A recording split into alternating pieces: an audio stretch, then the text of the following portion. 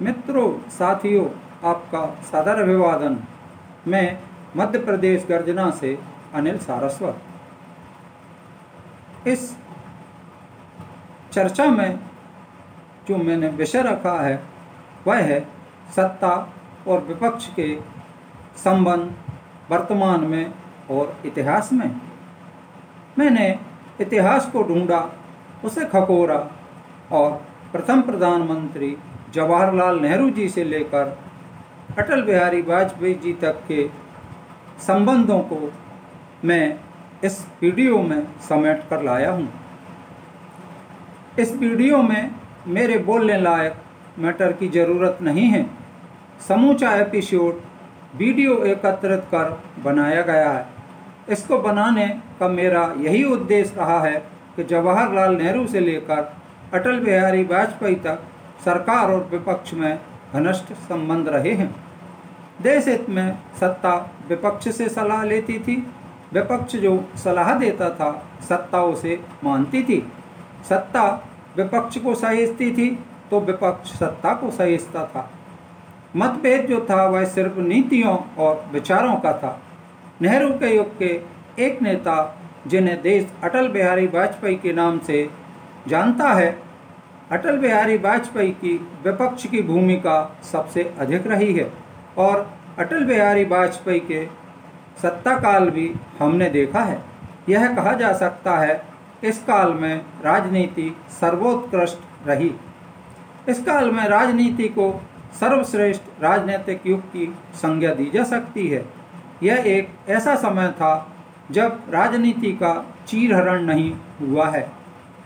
आदर्श और समन्वय की राजनीति इसी काल में हुई है। इसलिए अभी सिर्फ इसी काल के वीडियो इकट्ठे किए हैं। यह इसलिए ज़रूरी था कि आज के नेता और राजनीति दोनों निम्नतर स्तर से भी निम्न स्तर पर आ गए हैं। हम यह महसूस कर रहे हैं, एक दूसरे को दुश्मन मानने लगे हैं। भाषा की शालीनता तो समाप्त ही हो चुकी है। प्रतिदिन टीवी पर राजनीतिक दलों के प्रवक्ताओं को हम किस तरह झगड़ते देखते हैं, कितनी अपमानजनक भाषा का उपयोग करते हैं। शायद सामान्य मनुष्य भी इस भाषा का, इन शब्दों का प्रयोग नहीं करता। निजी जीवन तक को बख्शा नहीं जा रहा है।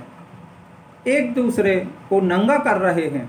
ऐसी राजनीति से न तो देश का भला होने वाला है और न ही देशवासियों का। वीडियो बड़ा बन गया है, लिहाजा 2-3 पार्ट मुझे इसके करना ही होंगे। देखिए, स्वतंत्रता के अवसर पर जवाहरलाल नेहरू का यह संबोधन। आइए ले चलें आपको अतीत की उन यादों में जो अतीत नहीं, जैसे कल ही की बात है। हम भूले नहीं पंडित जवाहरलाल नेहरू, सरदार वल्लभ भाई पटेल, मौलाना अबुल कलाम आजाद और भीमराव अंबेडकर से लेकर उन तमाम नेताओं को जिनकी वजह से आजादी मिली। और वो रात 15 अगस्त 1947 की, जब संसद के सेंट्रल हॉल में दम थाम कर भारत का हर आदमी सुनने को बेताब था कि अब वतन आजाद है। और फिर रेडियो पर गूंजी थी पंडित नेहरू की आवाज, जिसके बिना आजाद हिंदुस्तान का इतिहास न शुरू हो सकता है, न एक कदम आगे बढ़ सकता है। आइए दोस्तों, और खासकर युवा साथियों, सुनिए उस सुनहरी आवाज को जो बनी हमारी आजादी का आधार। कितने बरस हुए कि हमने किस्मत से एक बाजी लगाई थी, एक इकरार किया था, प्रतिज्ञा की थी। अब वक्त आया कि हम उसको पूरा करें। बिल्कुल पूरी तो शायद अब भी न हो, लेकिन फिर भी एक बड़ी मंजिल पूरी हुई, हम वहां पहुंचे। मुनासिब है कि ऐसे वक्त पहला काम हमारा ये हो कि हम एक पुरानी और एक नई प्रतिज्ञा फिर से हम करें, इकरार करें आइंदा हिंदुस्तान का और हिंदुस्तान के लोगों की खिदमत करने का। चंद मिनट में ये असेंबली एक पूरी तौर से आजाद खुद मुख्तार असेंबली होगी और ये असेंबली नुमाइंदगी करेगी एक आजाद खुद मुख्तार मुल्क की। इसके ऊपर जबरदस्त जिम्मेदारियां आती हैं। अगर हम उन जिम्मेदारियों को पूरी तौर से महसूस न करें तब शायद हम अपना काम पूरी तौर से नहीं कर सकेंगे। इसलिए ये जरूरी हो जाता है कि हम ऐसे मौके पर पूरी तौर से सोच समझ के इसका इकरार करें।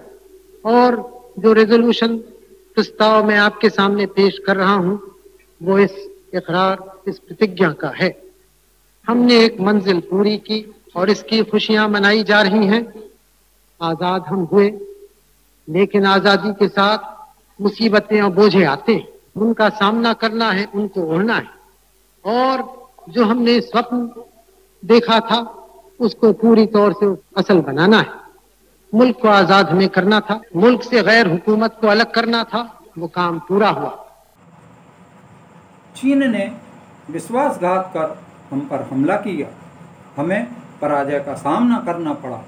इस अवसर पर सुनिए लता मंगेशकर जी का यह गीत। हे मेरे वतन के लोगों, जरा आँख में भर लो पानी, जो शहीद हुए हैं उनकी जरा याद करो कुर्बानी। हे मेरे वतन के लोग। 1962 के भारत चीन युद्ध के बाद लता मंगेशकर ने ये गीत लाल किले की प्राचीर से गाया था, जहां जवाहरलाल नेहरू भी मौजूद थे। इस लड़ाई में भारत की चीन से हार हुई थी और चीनी सैनिक तेजपुर के नजदीक तक पहुंच आए थे। वहां के उपायुक्त वहां से भाग चुके थे और ये डर था कि तेजपुर पर कब्जे के बाद चीनी असम के मैदानी इलाकों में उतर आएंगे। शुक्र ये रहा कि इस भाषण के कुछ घंटों के भीतर ही चीन ने एक तरफा युद्ध विराम की घोषणा कर दी और वापस अपने क्षेत्र में चले गए। लगभग 1 महीने तक चले इस युद्ध में भारत के 1383 सैनिक मारे गए, 1047 घायल हुए और 1696 सैनिक लापता हुए और 3968 सैनिकों को चीन ने युद्धबंदी बनाया। चीन ने इस युद्ध में 722 सैनिक खोए और उनके 1697 सैनिक घायल हुए। युद्ध की नींव एक तरह से 1950 में ही रख दी गई थी, जब चीन ने तिब्बत पर नियंत्रण किया था। चीन ने कभी भी मैकमोहन लाइन को दोनों देशों के बीच सीमा के तौर पर स्वीकार नहीं किया। दोनों देशों के संबंधों को उस समय बहुत बड़ा धक्का लगा जब 1959 में तिब्बत के दलाई लामा भागकर भारत आए और भारत ने उन्हें राजनीतिक शरण दे दी। मैंने जाने माने नेहरू जी के स्वर्गवास हो जाने पर श्रद्धांजलि का यह वीडियो आप देखिए।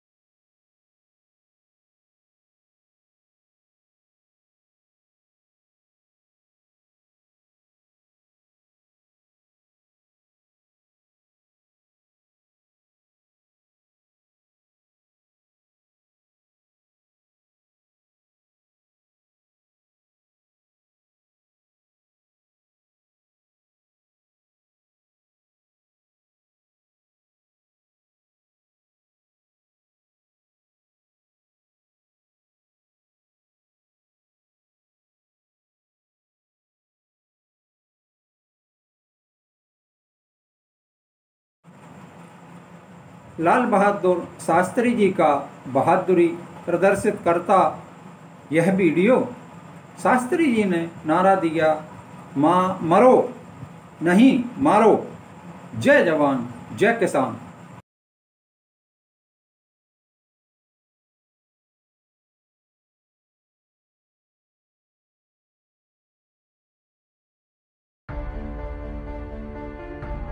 शास्त्री जी भारत के द्वितीय प्रधानमंत्री थे।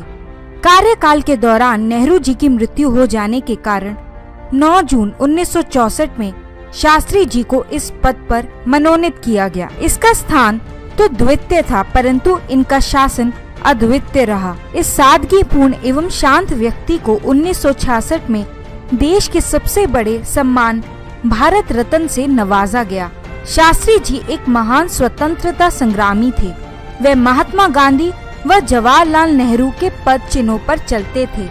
इन्होंने 1965 की भारत पाकिस्तान की लड़ाई के समय देश को संभाले रखा और सेना को सही निर्देशन दिया। शास्त्री जी का जन्म 2 अक्टूबर 1904 में मुगल सराय ब्रिटिश भारत में हुआ था।